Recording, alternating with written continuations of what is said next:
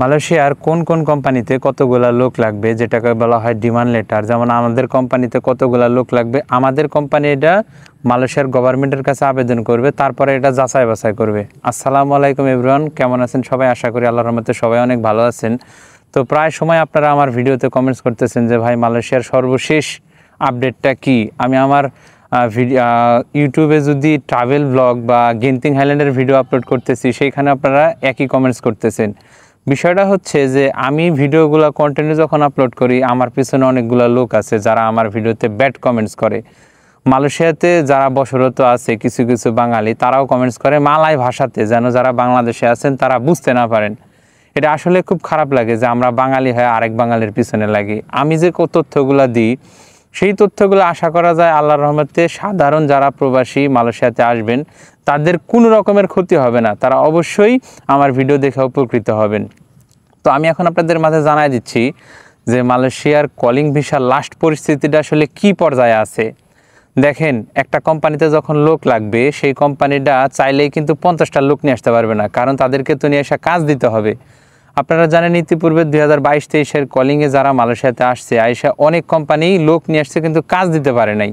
এই কারণে এবার কলিংয়ে এমন একটা সিস্টেম হচ্ছে যে কলিংয়ে আইসা কেউ আর বসে থাকবে না, সবাই কাজ পাবে। তো আমাদের কোম্পানিতে বা যে কোনো কোম্পানিতে যে কয়টা লোক লাগবে, তারা সেই লোকের জন্য মালয়েশিয়ার গভর্নমেন্টের কাছে আবেদন করবে যে আমার এতগুলা লোক লাগবে, যেটাকে বলা হয় ডিমান্ড লেটার। এই ডিমান্ড লেটারটা মালয়েশিয়ার গভর্নমেন্ট থেকে যখন পাবে, তখন সে বাংলাদেশ থেকে লোক নিয়ে আসতে পারবে। যে কটার অনুমোদন পাবে সেই কটা নিয়ে আসতে পারবে। এখন মালয়েশিয়ার কোম্পানিগুলো যখন গভর্নমেন্টের কাছে আবেদন করবে, গভর্নমেন্ট তখন আবার গভর্নমেন্টের ওই পেপারটা আবার বাংলাদেশের যে মালয়েশিয়াতে যে বাংলাদেশি হাই কমিশন আছে, তারা আবার যাচাই বাছাই করে দেখবে যে আসলে ওই কোম্পানিতে এতগুলা লোক লাগবে কি না।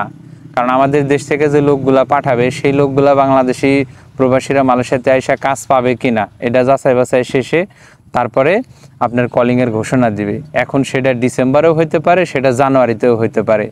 প্রায় সময় দেখতে পাচ্ছি, আমিও অনেকের ভিডিও দেখি, অনেক ইউটিউবাররা আছে যে নতুন ইউটিউব খুলছে, শুধু মালয়েশিয়ার কলিং ভিসা সম্পর্কে আপলোড করতেছে।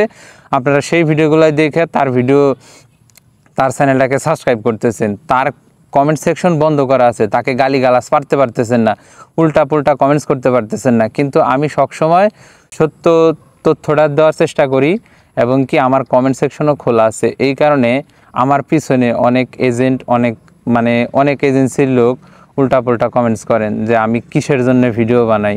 তো যাই হোক, আমি ভিডিও তৈরি করব যতদিন আল্লাহ আমাকে বাঁচা রাখে, সঠিক তথ্যটা দেওয়ার চেষ্টা করব, কারণ সত্যের পথে থাকলে তার জয় অবশ্যই হবে।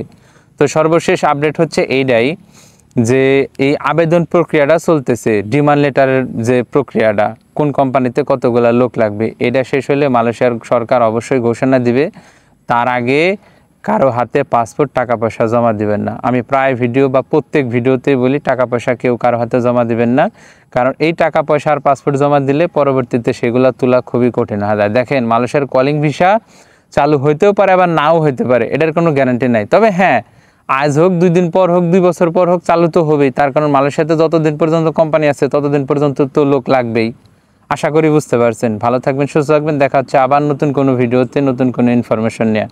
আল্লাহ হাফেজ।